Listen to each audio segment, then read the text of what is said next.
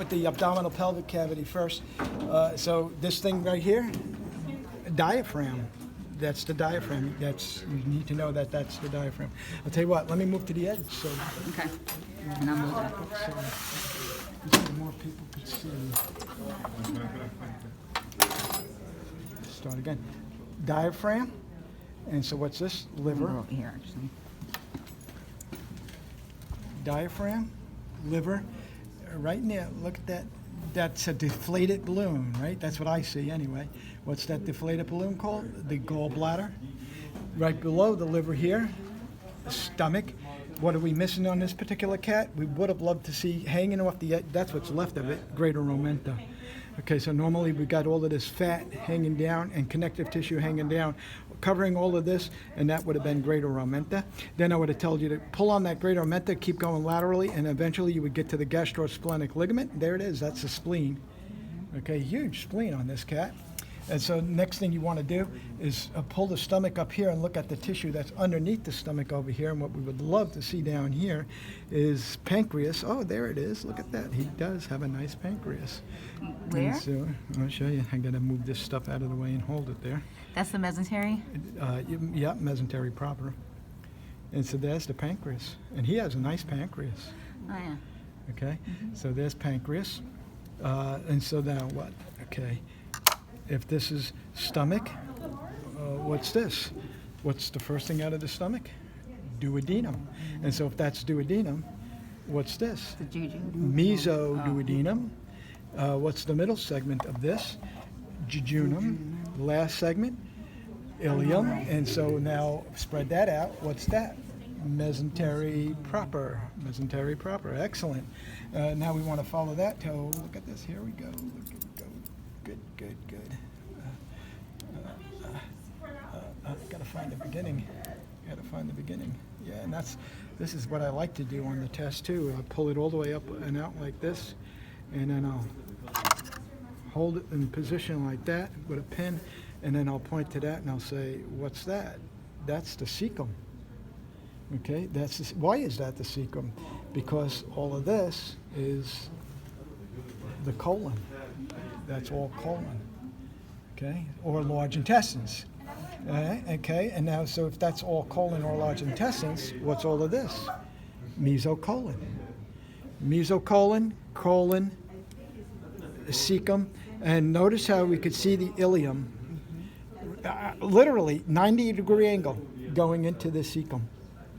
We could clean this up a little bit, might make it a little bit easier to see, but that's the ileum going at 90 degrees, going right into the cecum. Okay, we done? Now they've got to go down here.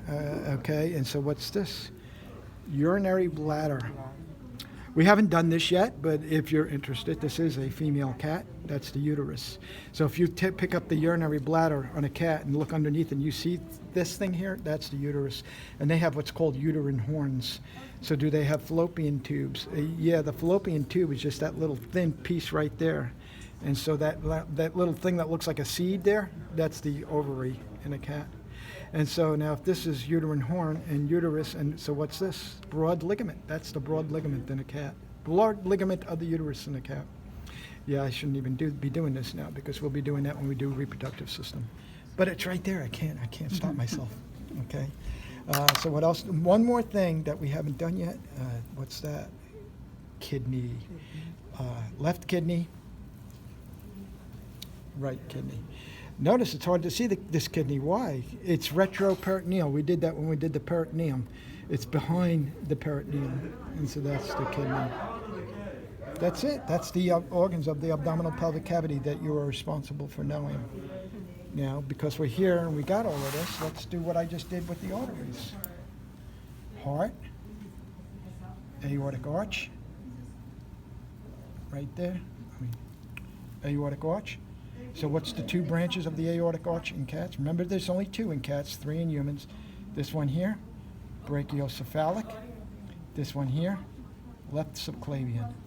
Brachiocephalic, three branches. Okay, so what do we have? I'll get this one. Right subclavian, right common carotid. Look at that trachea, isn't that cool? You could actually see the rings. Left common carotid. Okay, what about the branches of the subclavian? I, V, C, T. I, there, it's broken like I promised you. Internal memory. V, vertebral. C, costal cervical. T, thyrocervical. Now we're down out in the axillary region. Axillary artery. VLS, ventral thoracic. You know what? That's broken. But there's long thoracic because it's attached to this skin over here. And there's subscapula. Right there. And then that's brachial.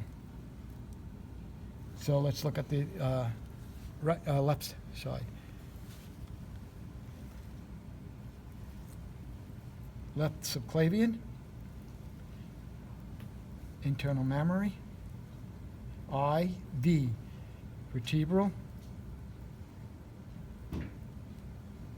It's hard to see vertebral here. I've got to clean that up a little bit more. It's going deep. There it is.